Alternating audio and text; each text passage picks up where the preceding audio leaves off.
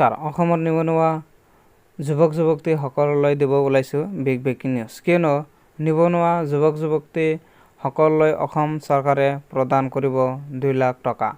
মুখ্যমন্ত্ৰী স্বনিয়োজনৰ জৰিয়তে লাভ কৰিব 2 লাখকৈ টকা। অসমৰ যুৱক যুৱতীসকললৈ দিব ওলাইছোঁ বিগ ব্ৰেকিং নিউজ। তেওঁলোকৰ বাবে আহি গৈছে ভাল খবৰ।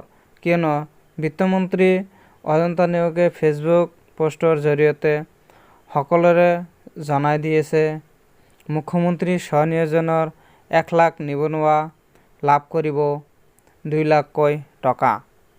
তাৰ বাবে প্ৰয়োজনীয় কামসমূহ কৰিব লাগিব আৰু কামসমূহ কি এইটো ভিডিঅ'ত সবিশেষ জনাই দিয়া হ'ব।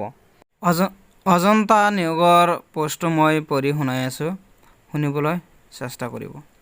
মাননীয় মুখ্যমন্ত্ৰী ডক্টৰ হিমন্ত বিশ্ব শৰ্মাৰ সবল নেতৃত্বত আমাৰ চৰকাৰে মুখ্যমন্ত্ৰী স্বনিয়োজন অভিযানৰ অধীনত ৰাজ্যৰ 1 লাখ নিবনুৱা যুৱক যুৱতীক নিজাববীয়াকৈ ব্যৱসায় কৰাৰ বাবে 2 লাখ টকাকৈ অৰ্থ সাহায্য প্ৰদান কৰিব।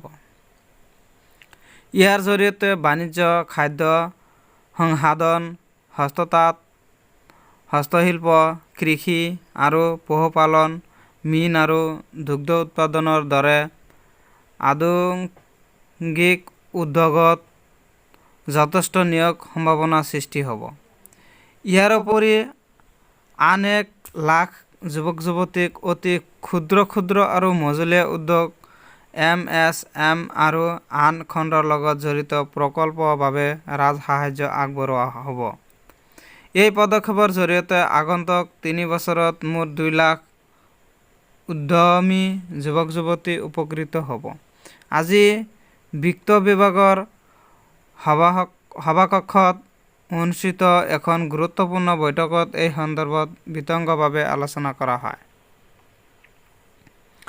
বৈঠকত ৰাজ্য চৰকাৰে অতিৰিক্ত মুখ্য সচিব ডক্টৰ আশিষ কুমাৰ বুটানী আৰু বিভিন্ন বিভাগৰ জ্যেষ্ঠ বিষয়াসকলৰ উপৰি NEDFI আৰু SLBC বিষয়াসকল উপস্থিত থাকে।